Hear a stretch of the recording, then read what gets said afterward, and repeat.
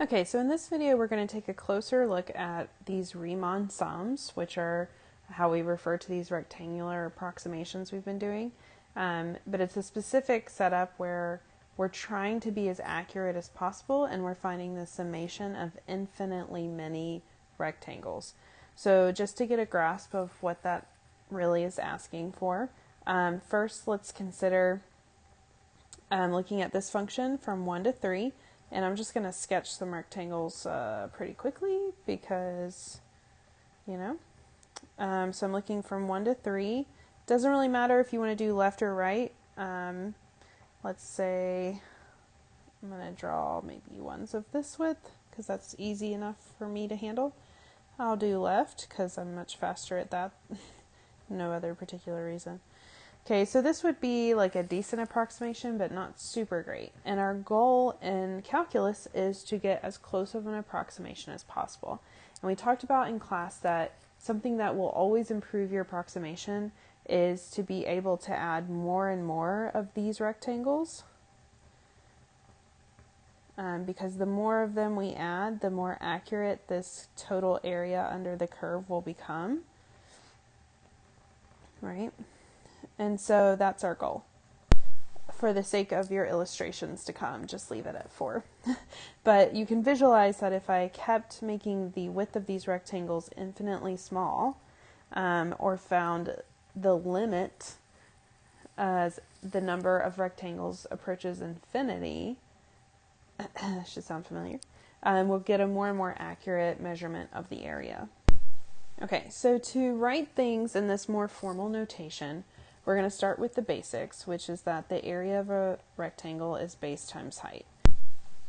So again, the base is along the x-axis, and the height is based on the function value at that particular position on the x-axis.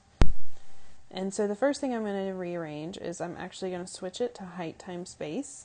And the reasoning for this is that it's the height that we have to have this more complicated expression for because of the fact that it is always changing. Whereas the base is just whatever width we decide to create based on n divisions. So beginning with that concept, let's think about it. In this particular drawing, I've drawn 4 rectangles of equal width or equal base dimensions. But if I'm drawing n many rectangles, I'm going to need something more general. And so we're going to kind of start by thinking of this base as something that will feel familiar to you, which is delta x. Okay, so in our formula, that's what we're going to refer to as the base width of our rectangle. So then as for the height, well, the height is based on the function itself, f of x, and it's really what we're plugging in that we have to stop and consider. So for instance, right here, I'm plugging in this point, which I'm just going to call C for constant, and then I'm substituting in this one, and then this one, and then this one, and so I have all these different constants. And so what we're going to do is we're just going to number them, 1, 2, 3, 4. We don't actually get to plug in the 5th one because that's the end of the window from 1 to 3. So we have these constants, but in theory they would go on for however many smaller and smaller rectangle slices I decide to make. And so if we're trying to approximate potentially an infinite number of these slices, I'm just going to think of it as having c sub I or c sub k constants that we're plugging into the function. So the height is going to be based on that input, and it's going to give us those different constants. So f of, and in this case, to keep it more general, I'm going to call it c of k. No, that's not a bad word. And we're multiplying this for area, height times base, and then, of course, we're adding up infinitely many of these rectangles. And the symbol we use for this is a summation symbol. And we're starting with the very first constant, and we're adding up infinitely many of them. So we're going to say we're going from k equals 1, the very first one, all the way up to n rectangles. Like I don't even know how many there are.